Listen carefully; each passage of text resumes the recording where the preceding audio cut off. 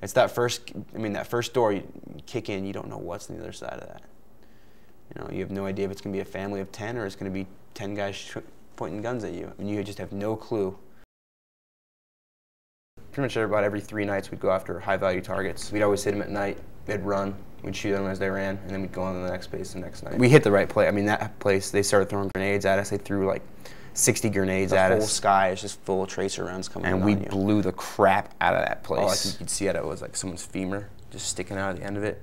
And it was all crispy and burnt. All the blood just fell out of the side of the poncho. It was just like you got liquefied. And just the air is just like a hiss. It's like bullets flying up all around me, and just kind of didn't think about it. The ballsier you are, a lot of times the more likely you are to live. If you're gonna die, you're gonna die. And he was pointing his AK at me. 4 feet away, I shot him 3 times up the chest. I could see the tracer round burning out in his chest. And I can remember thinking, it looked like just like E.T. But that was pretty hard because he didn't die right away, and his little daughter was right there, and his wife was right there, and you know, he's thrashing around, and he was just a guy who was trying to protect his family. You get someone to come and kick in your door in the middle of the night, you know. Saw some civilians get killed, which happens. Everybody feels bad, but everybody's also very jumpy, and but you feel pretty bad when you get a car come up on your checkpoint and they won't stop, and you light them up, and it's 2 kids or a guy and his 2 kids, you know.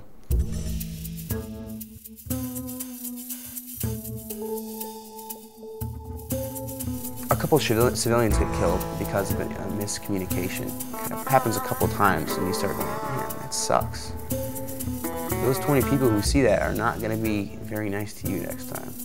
So I think a lot of the resentment could be, if not halted, maybe slowed down if we just trained differently to be more aware of what was going on. And I didn't think I was going to live. Especially that last deployment, because there's just so many people getting wounded, and so many people. It was just insane how much we got shot at, and how much we got, mortared, and how much. It was everyday occurrence to wake up and boom, boom, boom, boom, boom, boom, boom. And, after day 6 of that, you're like, shit, one of these is eventually gonna hit. So I started pushing my way, and there, and someone started shooting at me. So I basically just kind of leaned around the door frame and started shooting back at him, and shot him. And then his buddy started throwing grenades from my right where I couldn't see. I was trying to get in the door, I was trying to get in the room, but a round hit right next to my head. Didn't hit my face, but it hit the door frame, which was right here. And so all the rock and pieces of shrapnel from the bullet and from the door frame hit my face.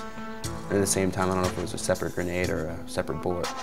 Hit my arm, but it was both just extremely lucky. I thought I lost my eye at first. I knew I could do better things for our country by getting out and going to college. Because I'm taking Middle Eastern Studies, criminology, and I start Arabic next fall. So I plan to go back there, with my special operations experience and everything, and just with a really thorough knowledge of the area and the people and the different, I plan on going to Morocco and going to Egypt and studying Arabic and just traveling the whole region. Not because I love the region, just because I know that if we ignore it, it's going to come back and haunt us, like it did in 9/11.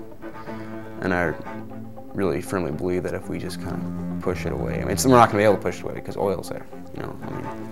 I think one of the big things that we need to get off dependency on their oil, because that keeps us a presence in that region that would just infuriate so many people. Furthermore, if we do leave, there will be a civil war between the Shia and Sunni, and it won't be confined just to Iraq, because they hate us almost as much as they hate each other sometimes. Just that split is the very small thing, it's just who succeeds the Prophet Muhammad. And the Sunnis of Saudi Arabia and Syria and Jordan and Egypt aren't going to let the Shias just massacre the Sunni of Iraq. They're not going to sit by and just let them. And so they're going to arm them, and then Iran's going to arm the Shia, and it's just going to spread throughout the whole, and it's just going to be great. It's going to even be an even better training ground for radicals and fundamentalists than it is now, which is a pretty good one now. I thought I was bringing freedom to their country at certain points.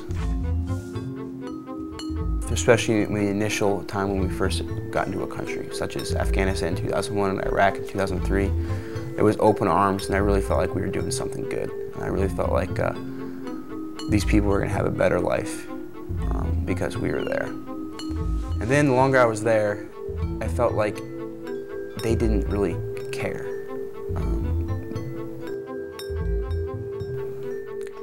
We'd go into valleys in Afghanistan where they thought we were still Russians. They had no idea. They didn't know anything about the Taliban being, Taliban and Al-Qaeda and 9/11, and they thought we were still Russians. 10 years later, they thought we were still Russians. And they didn't care.